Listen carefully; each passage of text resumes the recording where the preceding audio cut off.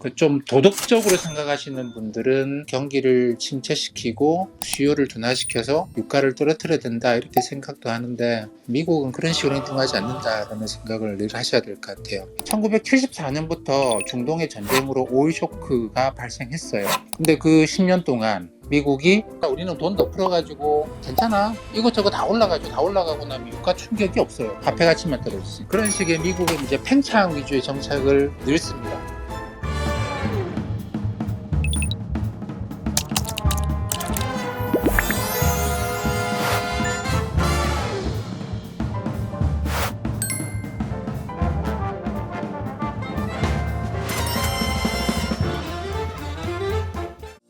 여러분 안녕하십니까.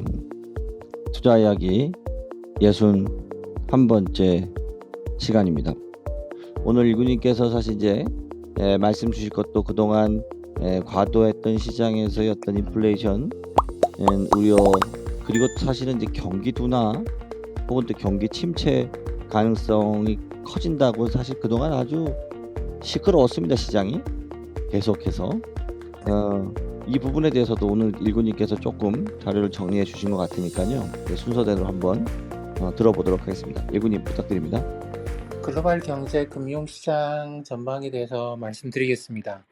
먼저 오늘 말씀드릴 내용을 핵심적으로 요약해 놓고 시작을 하면, 인플레이션 피크 아웃, 그 다음에 금리 인상 선반영, 이런 이야기를 해야 될 것 같아요. 근데 피크 아웃, 선반영 이런 게 있어요. 그게 어떤 의미냐면, 그동안 인플레이션 피크 아웃 했다, 주식 사야 될 때다, 그렇게 이야기한, 그러니까 이제 증권사에서 그렇게 자꾸 이야기를 해서 매수를 네. 죽였다. 그 다음에 금리 인상, 아이고 그 선반영됐어요. 지금 주식 살 때입니다. 악재는 선반영됐습니다. 그러니까 주식 시장에서 이제 주식 매수를 부추기는 사람들이 그런 이야기를 많이 써요. 그러니까 악재가 피크아웃 됐고, 또는 이제 악재가 선반영됐고, 이런 이야기를 많이 하기 때문에 그 짤을 만든 사람은 물적 분할, 공매도 이런 것처럼 주식시장에 이제 개인 투자자들 입장에서는, 야 이건 절대 믿으면 안 된다, 이런 게 이제 기본답으로 나왔는데, 그래도 피크아웃과 선반영이 모두 틀린 건 아니죠. 근데 지금의 경우에 제가 볼 때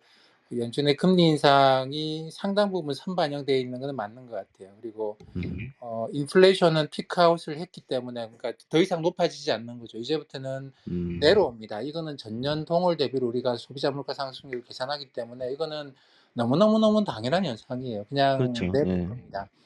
근데 이제 아마 올해 말 내년 상반기 정도까지 내려올 건데, 그때쯤 가서 더 이상 안 내려가네? 근데 더 이상 안 내려가는 게 거의 한 2%대가 되면 물가는 진짜 안정된 건데, 더 이상 안 내려가는 않은 수준이 3% 중후반, 4% 이렇게 되면 요게 또 그때 가서 골치 아픈 문제가 되죠. 그러면 물가가 3-4%에서 유지가 되는데 연방기금리 올려가지고 지금 연준이 올리겠다고 하는 목표는 한 3% 정도 아닙니까? 3%가 네. 되겠냐, 더 올릴 거다, 이런 이야기를 그때 가서 또 할 것 같아요. 근데 어쨌든 인플레이션 이야기는 이제 그냥 내려갈 거니까 별로 이야기를 안 한다, 그런 측면에서 피크아웃이라 볼 수 있고, 금리 인상도 선반영인데 이게 전부 다 선반영은 아니에요. 그러니까 단기금리 쪽에서는 선반영된 것 같고, 근데 이제 제가 오늘 또 말씀드릴 것 중에 한 가지, 또 하나는 지난달에도 말씀드렸던 것 같은데 페드 모델입니다. 장기금리는 아직 올라갈 여지가 많은데, 제가 볼 때 연준은 주식시장의 버블 가능성을 여전히 걱정을 많이 하는 것 같아요. 저도 그런 편인데, 주가가 고점 대비 꽤 많이 하락하긴 했습니다만 여전히 저는 추세가 살아있다고 봅니다. 기본적으로 돈이 너무 많아요. 돈이 너무 많아서 주식을 그냥 외면하고 가기에는, 돈이 너무 많아서 우크라이나 전쟁도 좀 소강 국면에 들어갔고, 중국 이런 것도 좀 진정되고 있고, 그러면 또 달려들 것 같아요. 달려드는데, 연준이 이제 연방기금 인상은 됐고, QT, 자산 축소 이런 걸 통해 가지고 장기금리를 올리고, 장기금리가 올라가면 주식시장이 또 올라가던 게 멈추고 또 출렁출렁하고, 이런 움직임이 상당 기간 이어지지 않겠는가 싶습니다. 어제 미국 주식시장 시장 안 열고 오늘 우리 낮에 선물시장 움직임을 봐도 장기금리 올라가니까 상승하던 주가지수 선물이 떨어지고, 뭐 장기금리가 또 안 올, 그러니까 장기금리가 또 내려오고 이런 움직임 계속되는데, 지금은 장기금리, 10년짜리 국채금리하고 주식시장하고 연관성이 굉장히 높아져 있고, 네. 연준은 주식시장이 여차 올라간다 그러면 또 이제 자산 축소 규모를 늘려가지고 장기금리를 억지로 끌어올리면서 이 주식시장의 버블 움직임을 막으려고 하는 그런 상황이다라고 판단을 합니다. 그래서 오늘 말씀드릴 건 세 가지죠. 인플레이션 피크아웃, 금리 인상 선반영, 그리고 이제 장기금리 상승은 아직 남았다, 이게 될 겁니다. 먼저 네. 최근의 시장 상황을 보면 주식시장, 그다음에 채권시장, 주식시장도 우리나라 시장에서 특히 두드러지게 보이죠. 신흥국에 두드러지게 보이는 게 하락을 좀 멈췄다. 그러니까 더 이상 잘 하락하지 않는다. 지난 2, 3개월 동안.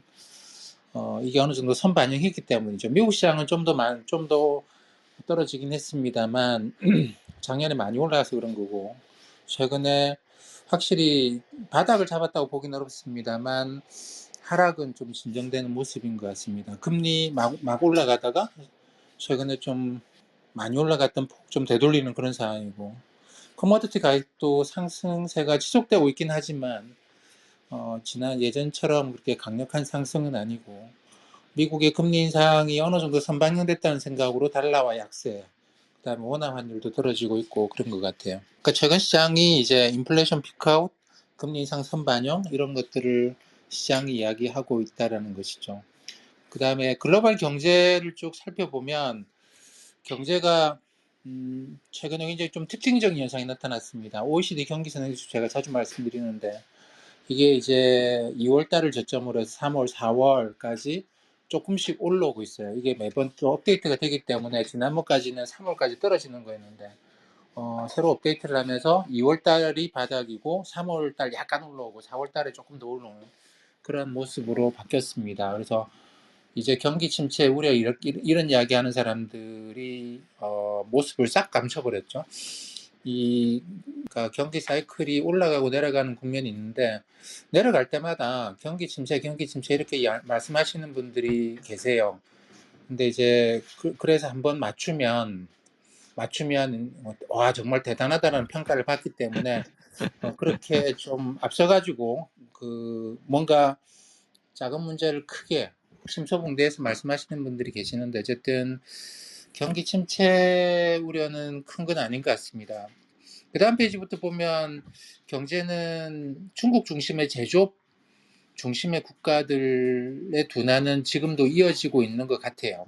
PMI 지수 이런 걸 보면 왼쪽 그림에 있는 거는 PMI 또는 미국에서는 ISM 지수라고 이야기하는 건데, 이게 제조업 쪽입니다. 제조업은 계속 좀 둔화가 되고 있어요. 왜냐하면 사람들이 2000년, 2020년, 2021년에 뭐 텔레비전, 냉장고, 집에 가구도 많이 바꾸고 하다 보니까 그런 쪽의 소비는 지금은 확실히 많이 줄어들었어요. 그러니까 그런 쪽에 제품 생산도 많이 둔화가 된 상황이고, 그러다 보니까 당연히 이제 한국이나 중국의 제조업 경기의 둔화는 분명하게 지금도 이어지고 있습니다. 하지만 소비에는 사실 이런 내구재 소비의 비중은 미국에서는 한 12%밖에 안 되거든요.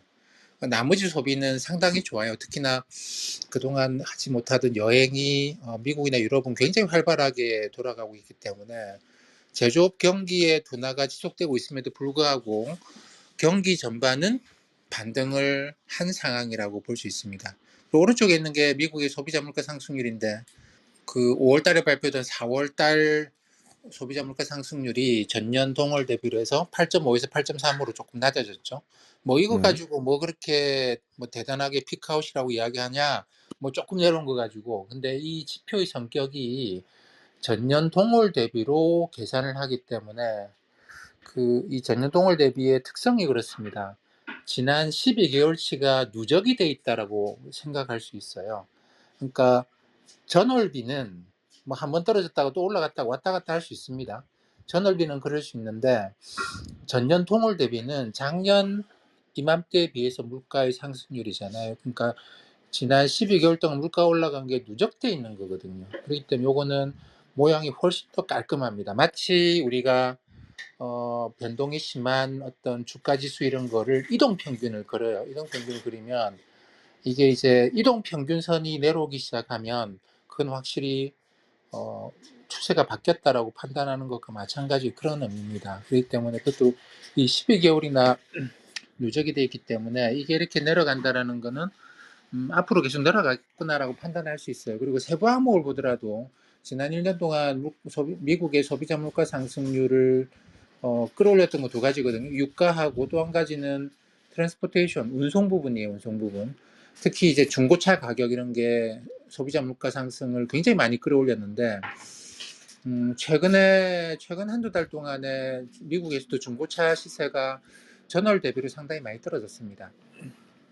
그래서 이런 것들 종합해 볼 때 소비자 물가 상승률은 피크아웃 됐다. 그래서 한동안 우리가 이제 뭐 인플레이션에 대해서 걱정하는 사람들은 잘 없을 거예요. 근데 뭐 올해 말이나 내년쯤 가서 이 내려가는 게 더 이상 안 내려가고 조금이라도 올라오기 시작하면 그때 가서 다시 인플레이션을 걱정해야 되고, 근데 뭐 어쨌든 올해 연말이나 내년, 좀 길면 내년 상반기 말까지도 내려가는 움직임이 계속되지 않겠는가라고 보고 있습니다. 그리고 이제 아까 말씀드렸던 OECD 경기 선행지수가 그 다음 페이지인데요.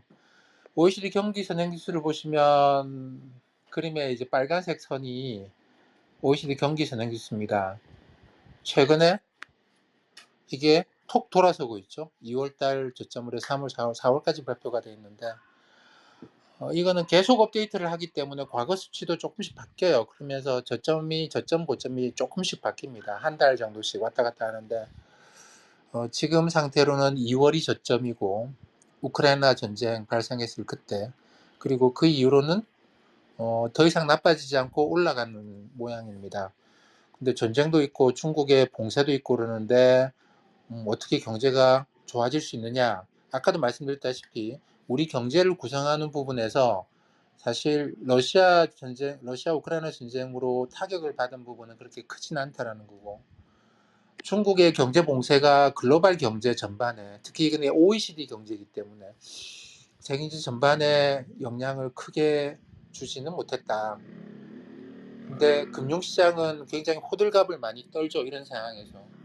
근데 그거는 금융시장에서 떠는 호들갑이고, 사실 우리 경제를 구성하는 것의 85, 90%는 실물입니다.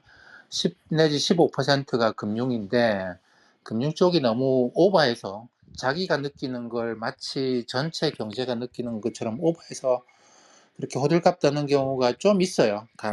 좀 있는데 이번에도 그런 경우가 아니었겠는가라고 생각을 합니다. 그 그림 보시면 지난 2년간의 금리 변동폭하고 이 OECD 경기 선행지수가 같이 그려놨죠. 보시면 이게 올라가고 내려가는 게 똑같습니다.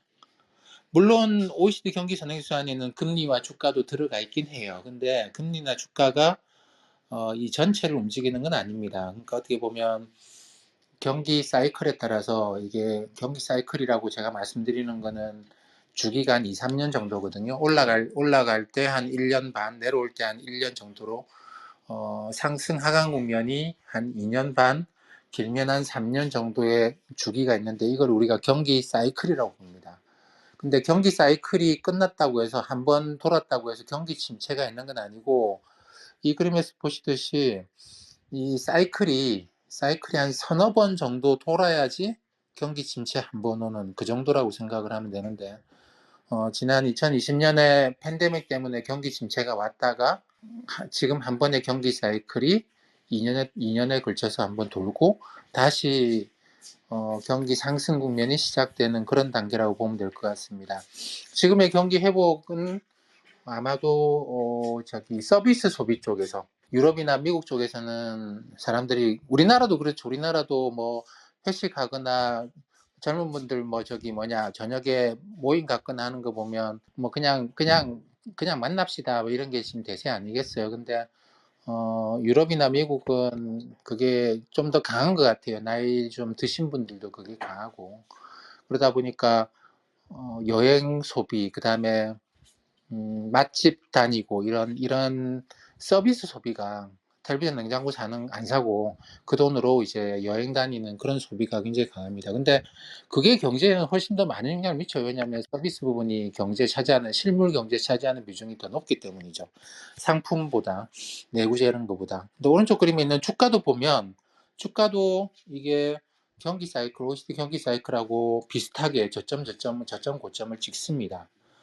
그러니까 지난 몇 달 동안 주가가 왜 자꾸 떨어졌느냐? OECD 경기 선행지수 하강 국면이어서 그렇다라고 이야기하셔도 돼요.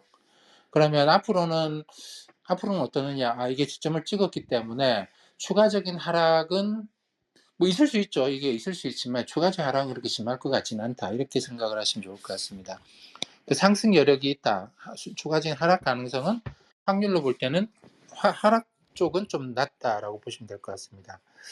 그 다음에 최근에 이제 경기 침체 이야기들을 하시는 분들이 많아서, 사실 이거는 지난번에 말씀드렸습니다만, 지난 한 10년 이상, 10년, 15년 동안 미국 경제학계에서 제일 연구가 많았던 영역이 이거거든요.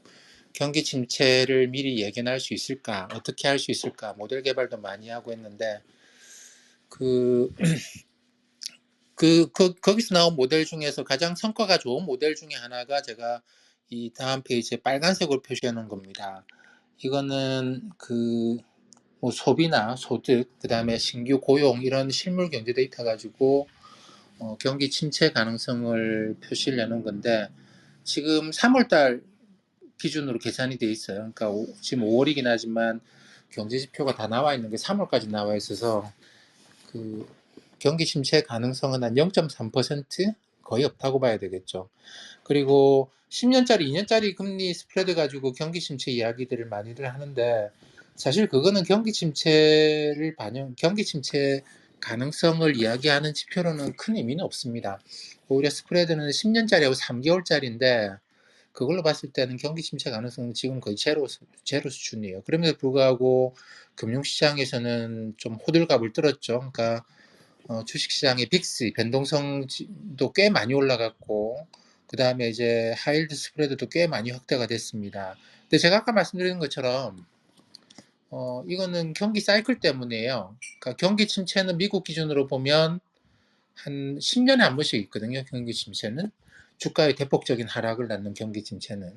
근데 아까 말씀드린 경기 사이클은 요게 2년 반, 3년 정도를 주기로 해서 움직이기 때문에 한 번의 경기 침체에서 다음번에 경기 침체가 올 때까지 경기 사이클은 한 서너 번 돕니다. 서너 번 도는 게 있어요. 근데 그런 경기 사이클의 하강 국면마다 금융시장은 긴장을 하는 게 당연하겠죠. 변동성도 커지고.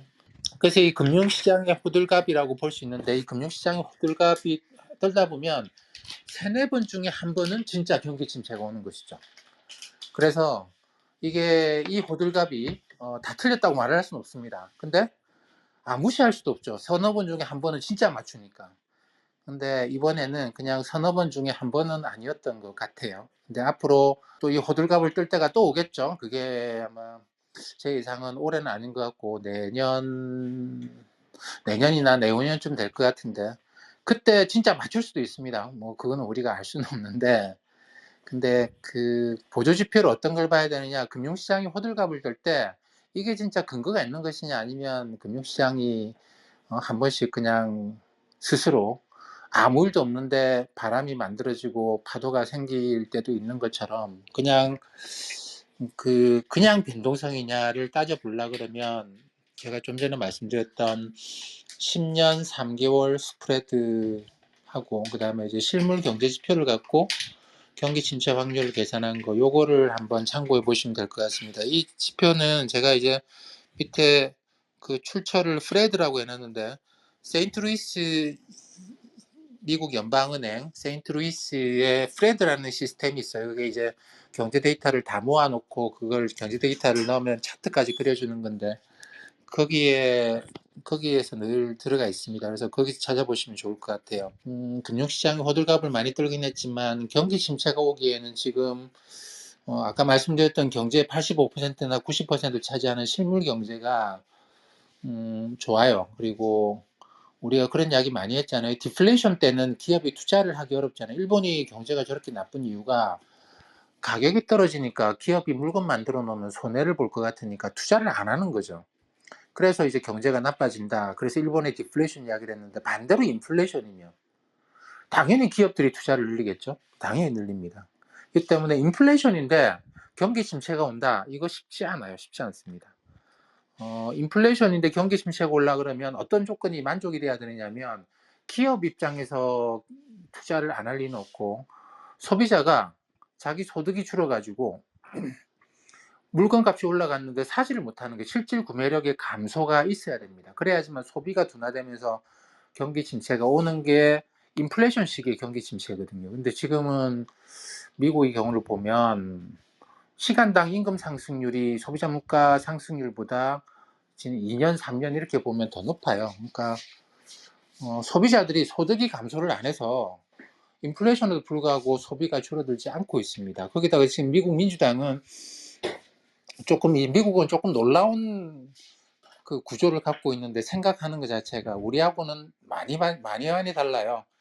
저는 그게 이제 한 번도 왕이 없었던 나라기 때문에 그런다고 생각하기도 하는데, 어떤 식이냐면, 전쟁이 나면 어떻습니까? 우리는 허리띠 졸라매야죠. 지금 전쟁 물자 만들기도 어려운데 네가 지금 소비하게 생겼냐, 허리띠 졸라매거든요. 근데 미국은 전쟁 나면 더 화랑입니다. 더 화랑. 난리가 아니에요, 거기는. 그리고 또 이제 뭐 경기에 대해서도 마찬가지인데, 미국의 생각은 기본적으로 자기네들이 지금 에너지가 독립되어 있잖아요. 그러니까 에너지를 생산하고 그 다음에 에너지를 소비하는 규모가 거의 비슷합니다. 근데 유가가 많이 올랐어요. 여기서 금리를 많이 올려서 경기 침체가 온다는 이야기는 어떤 이야기냐면, 유가가 많이 오른 유가를 어떻게 하지를 못해서 금리를 많이 올려서 소비를 둔화시키고, 그러면 사람들의 원유 소비도 줄어들겠죠? 그러면 유가가 다시 떨어질 거다. 이런 식의 발상이거든요. 근데 미국은 에너지를 소비하는 만큼 생산해요. 그러면 유가가 올라간다는 이야기는 원유를 생산하는 기업들이 이익을 얻는다는 이야기죠. 원유를 갖고 있거나 생산하는 기업들이. 원유를 소비하는 소비자가 그만큼 주머니를 털리는 건데, 아니 그거를 왜 사람들을 경기 침체를 만들어 가지고 소비를 죽여 가지고 유가를 떨어뜨려야 됩니까? 그 유가 올라가서 돈 많이 번 기업들한테 세금 매겨 가지고 그걸 소비자들한테 그냥 주면 되죠. 물론 우리는 그럴 수가 없어요. 우리는 원유를 생산하는 오페크 국가들이나 러시아한테 세금을 못 매기죠. 근데 미국은 그게 국내 기업들이 생산을 한단 말입니다. 그렇기 때문에 굳이 가혹하게 경기 침체 안 시키고 그냥 저쪽에다가 세금 매겨서 이쪽에 주면 돼요. 유가가 너무 많이 떨어져서 기업들이 힘들다.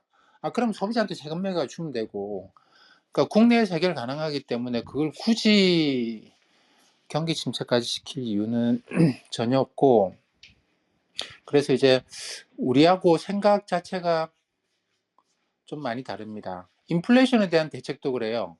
인플레이션이 문제가 된다. 그러면 경기를 둔화시켜서 인플레이션을 잡자. 물가를 다시 떨어뜨리자. 근데 미국 사람들의 생각은 좀 달라서, 아니 그 왜 굳이 물가를 떨어뜨리려고 하냐고. 인플레이션 때문에 어려워하는 저소득층한테 돈을 더 주자입니다. 지금 미국 의회에서 이야기가 되고 있는 게, 물론 뭐 민주당 진보 쪽 의원들의 이야기긴 합니다만, 인플레이션 대책이 정부가 돈을 더 많이 푸는 거래요. 이것도 상당히 이제 신선한 발상이죠. 우리하고는 차원이 다릅니다. 이 때문에 미국을 너무 협소하게, 미국은 긴축이라는 걸 잘 안 하는 나라예요. 팽창을 통해서 새로운 균형을 만들려고 하지, 축소 균형이라는 거는 없는 나라입니다. 그렇게 이야기하면, 아니 옛날에 볼커는 금리 인상 엄청나게 해 가지고 물가 잡지 않았느냐라는 이야기를 하세요. 근데 볼커가 금리 올려 가지고 물가 잡기 시작한 거는 1979년부터거든요.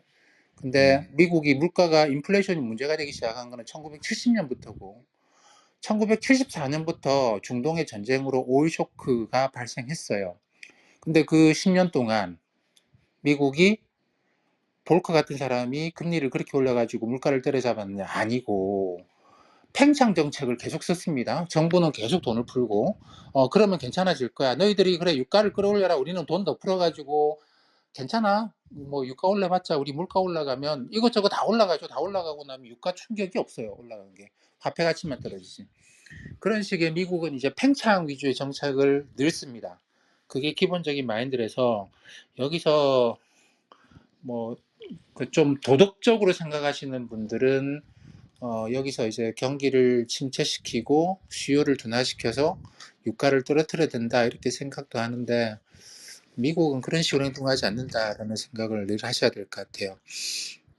그 다음에 금리 부분이죠. 그 다음 페이지 넘겨보시면 금리인데 시장 금리는 단기 금리 중심으로 연준의 목표에 근접을 한 것 같아요. 연준이 지금 이야기하고 있는 거는 올해 6월, 7월 달 50bp씩 올려서 연방기금리 2%로 만들고 그리고 아마도 연준이 그런 이야기는 안 하지만 시장의 지금 예상은 8월 달에는 어차피 여름 휴가라서 FMC가 없고 그 다음에 이제 11월 8일이 아마 중간 선거일 거예요. 그래서 그때까지는 선거에 영향을 미칠 수 있기 때문에 금리 인상을 피할 거고 그러면 7월 달에 2.0이 11월까지 유지가 된다.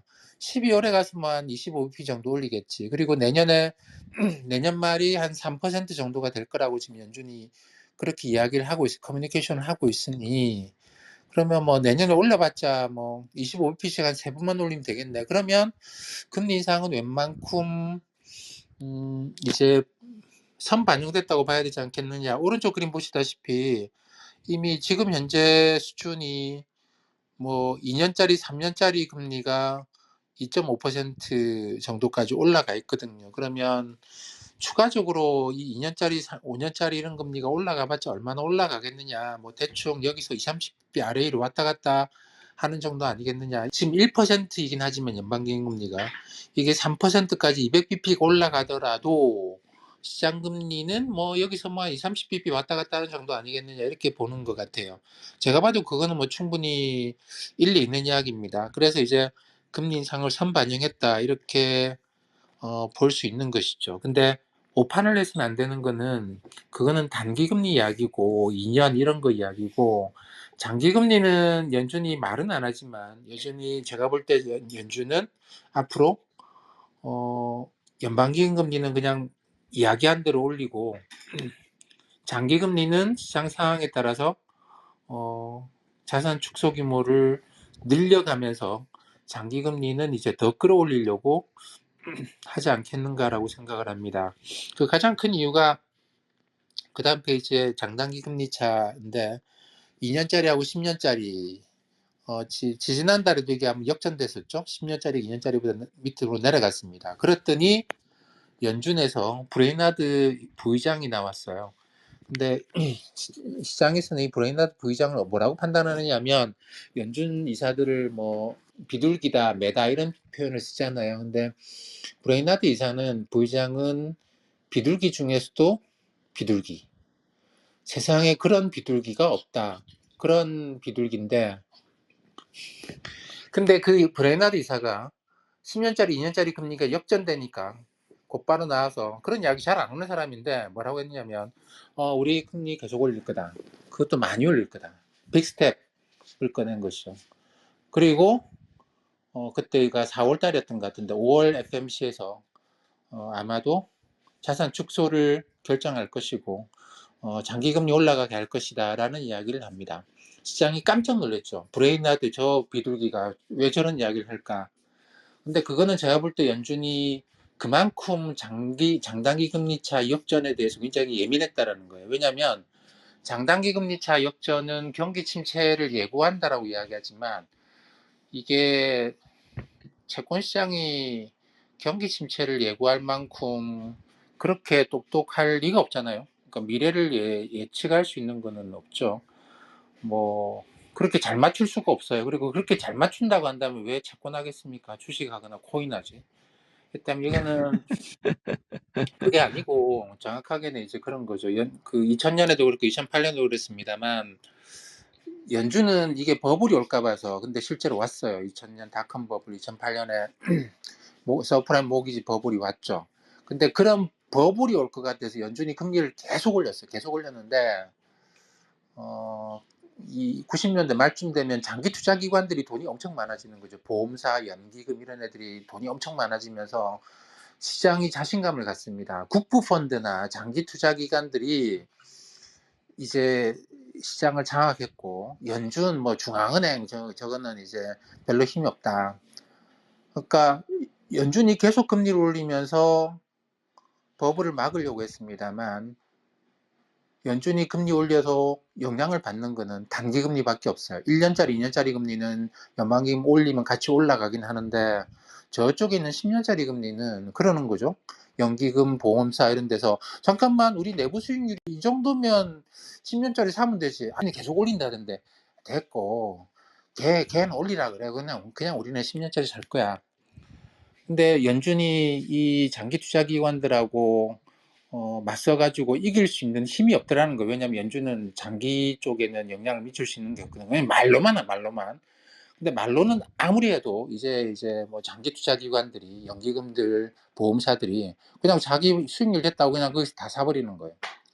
그러니까 장단기 금리차 역전이 99년에도 나타났고 2006년, 2007년 이럴 때 나타났죠. 근데 그러고 나니까 사람들이 어떤 생각을 하느냐면 잠깐만 연준이 뭐 저래 떠들긴 하는데 저기 헛방이다. 저거 힘없고 장기 금리는 더 이상 못 올라가겠네. 이제는 국부 펀드 장기 투자 기관들의 세상이라서 장기 금리를 쟤들이 못 올라가게 막고 있잖아. 자, 그러면 장기 금리 연동되는 주식 시장, 부동산 시장의 조정은 끝났다. 이제 사야 될 때다. 라고 돈이 마구 그쪽으로 주식시장, 부동산 시장으로 몰려드는 거예요. 그래서 연준은 연방기금리를 아무리 올려봤자 그냥 버블이 생겨버리는 거예요. 그리고 그 버블이 1년, 2년 후에 터져버리는 거예요. 그러면서 경기 침체가 와요. 그래서 장단기 금리 차익역전은 앞으로 경기 침체가 올 거다라고 하는 객관적인 예고지표가 아니고 채권시장이 장단기 금리 역전시켜가지고 법을 만들고 법을 붕괴시키고 경기 침체 만든 겁니다. 저는 그렇게 생각하고요. 제가 볼 때 연준도 그렇게 생각해요. 그래서 장단기 금리 차를 역전을 허용하지 않겠다.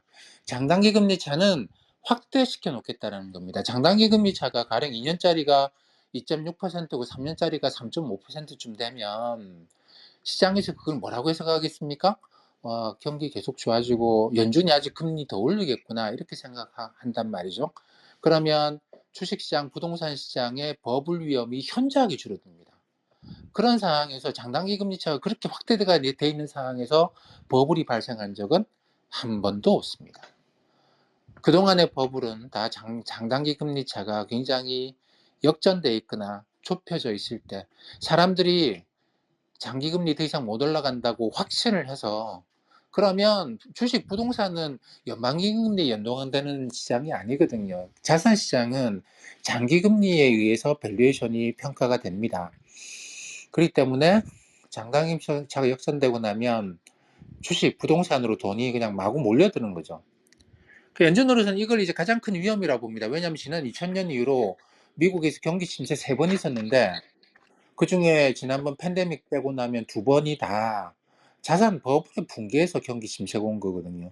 그러니까 지금 연준이 사실 뭐 물가 걱정 저는 별로 안 한다고 봐요. 물가 걱정하는 것보다 이 버블 또 생기면 어떻게 하지라고 하는 걸 제일 걱정합니다. 돈이 너무 많고 그 돈 2000년에 버블 만들었던 그 돈이 지금은 더 많이 커져 있죠. 2008년에 서프라임 모기지 버블 만들었던 돈이 사라지지 않고 지금은 더 커져 있어요. 그래서 어떤 분들은 그런 말씀하십니다. 그때 한번 호되게 박살을 내서 돈을 줄였어야 된다. 그때 돈 풀어주고 하니까 지금까지 그 돈이 남아가지고 계속 이렇게 버블 위험이 있지 않느냐. 저도 그 이야기에 대해 공감하긴 하는데 어쩌겠습니까? 지금 이렇게 온 거. 그러니까 여기서 여전히 돈은 많고 뭐 좀 상황이 되면 주식시장은 그냥 치고 갈 준비, 부동산 시장은 그냥 치고 갈 준비를 하고 있어요. 이 때문에 연준은 여기서 이거 잡지 못하면 또다시 버블 생기고 버블 붕괴가 오고 망한다. 그래서 지금부터는 사실 뭐 근데 버블 잡으려고 옛날처럼 연방기금 금리를 3%가 아니고 4% 5% 올리는 바보 같은 행동을 연준은 이제 하지 않을 겁니다. 그냥 연방기금리 3%까지만 올려놓고 그거 더 많이 올리다가는 실물 경제에 둔화가 올 수 있어요. 그러니까 그거는 연방기금 3%까지만 올리고 그다음에 이제 주식시장, 부동산 시장이 움직인다. 이거 안 되겠다 싶으면 자산 축소를 확 해가지고 그냥 갖고 있는 채권을 확 팔아가지고 장기 금리를 쫙쫙 끌어올리는 그런 행동에 들어가지 않겠는가. 그래서 지금부터는 연준의 자산 축소가 얼마나 더 강화가 될 것이냐 거기에 주목을 해야 된다고 봅니다. 그리고 이제 마지막 페이지는 지난번에도 말씀드렸던 것 같은데 페드 모델이죠. 거기에 대해서 한 번 더 말씀을 드리면 주식에서 P라는 게 있습니다. 그죠? 네. 근데 P를 역수를 만들면 그게 에코티 일드가 돼요. 주식의 수익률이 됩니다. 이 주식의 수익률은 어떤 의미냐면 주식에 투자하면 장기적으로 이게 P가 그냥 작년 1년 뭐 앞으로 1년 동안의 이익을 기준으로 하는 게 아니고 지난 10년간의 이익을 기준으로 하는 거기 때문에 제일 마지막 왼쪽 그림에 보시는 것처럼 P의 움직임이 상당히 매끄럽게 가요. 이 말은 뭐냐면 장기적으로 투자자들이 미국 주식에 투자를 하면 S&P 500에 투자를 하면 배당 빼고도 주식 수익률만큼 그러니까 3 내지 4.5% 정도의 수익률을 기대할 수 있다라는 겁니다. 근데 국채 금리가 이거보다 낮으면 당연히 장기 투자 기관들이 연기금 보험사들이 그러죠. 아니 내가 왜 1%짜리 국채 사서 10년 동안 1% 이자를 받냐고. 안 그러고 주식으로 밀어넣는 거예요. 상호펀드 들어가고 뭐 부동산 펀드, 대체투자 펀드 돈을 마구 집어넣습니다. 왜냐하면 주식은 다소 위험성은 있지만 장기적으로 보면 배당 빼고도 3, 4%의 수익률을 기대할 수 있는데 그런 구조다 보니까 주식시장의 버블이 일상화되는 수밖에 없었던 것이죠. 그럼 연준은 어떻게 해야 되느냐? 주식의 수익률이 3, 4%로 계속 유지가 된다면 10년짜리 국채 금리를 3, 4% 위로 만들어 놔야 되는 거죠. 그럼 장기 투자 기관들이 가령 뭐 10년짜리 국채 금리가 5%라면 왜 주식에 투자하겠습니까? 주식은 3, 4% 나오고 거기다가 위험도 있는데 배당은 있지만 이쪽에서는 이제 또 민간이기 때문에 국채 금리가 딱 적용 안 되거든요. 그러니까 그거하고 그거 빼고 보면 가상금리하고 배당 빼고 보면 이쪽에서 주식의 일드 3, 4%이기 때문에 국채 금리를 가령 5%를 만들어 놓으면 주식시장, 부동산 시장의 버블은 발생할 수가 없어요. 연방기금 금리 3%가 아니고 4%, 5% 올려도 주식, 부동산 시장의 버블은 생길 수 있는데 10년짜리 국채 금리를 5%를 만들어 놓으면 주식시장, 부동산 시장의 버블은 생길 수가 없는 거죠. 근데 그걸 너무 높게 만들어 놓으면 또 다른 문제가 발생하겠죠, 당연히. 그렇기 때문에 지금 미국 10년짜리 국채 금리가 2.8% 정도 하는데 이거를 그냥 뭐 3.5, 4로 끌어올리지는 않을 겁니다. 근데 주식시장이 이제 또 살아나서 이제 뭐 우크라이나 전쟁도 대충 끝난 것 같고 중국 봉쇄 대충 끝난 것 같고 뭐 OECD 경기 선행지수도 터닝한 것 같고 이제 다시 갑시다 고 해서 달리기 시작하면 뭐 어쩔 수 없죠.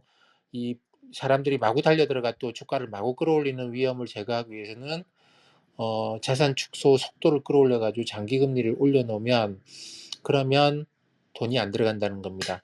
이 버블은 그래요. 개인들이 아무 생각 없이 주식을 사서 집을 사서 버블이 온다. 그렇지 않고 장기 투자 기관들이 돈을 밀어 넣으면 그게 이제 버블이 올 가능성이 굉장히 높습니다. 그래서 연준으로서는 장기 투자 기관들이 주식과 채권의 비중에서 현재보다는 채권의 비중을 늘리도록 그래서 주식을 팔고 채권의 비중을 늘리고 부동산을 팔고 대체 투자한 걸 팔고 채권을 사도록 그런 식으로 채권 장기 금리를 높여 놓는 거죠. 그렇게 높여 놓으면 버블의 위험은 현저하게 줄어들 겁니다. 그래서 오늘 제가 세 가지 말씀을 드렸는데요. 인플레이션 피크아웃 했다. 이 때문에 앞으로 상당 기간 동안에 사람들은 물가에 대해서 크게 걱정 안 할 것이다. 그 다음에 미국의 금리 인상 상당 부분 선반영됐다. 근데 그거는 주로 단기 금리 쪽에서 선반영된 것이고 장기 금리는 연준이 그동안에 2000년 이후로 3번의 경기 침체 중에서 2번이 자산 버블 때문에 발생한 건데, 그런 일이 다시 발생하도록 하지 않기 위해서 장기 금리를 올리는데 주력을 한다. 근데 그게 어느 정도 수준이냐? 그 에코티 일드 P의 역수의 개념으로 보면 뭐 이게 기본적으로 한 3% 후반 4% 정도는 되면, 그러면 에코티 일드보다는 확실히 높아지기 때문에 버블의 위험성이 현저하게 낮아지지 않겠는가. 그래서 주식이나 부동산이 다시 움직이게 되면 연준은 그때마다 장기 금리를 끌어올려서 버블 위험을 차단하고 갈 것이다. 그렇게 생각을 합니다. 네, 이상입니다. 수고하셨습니다. 감사합니다, 여러분. 감사합니다.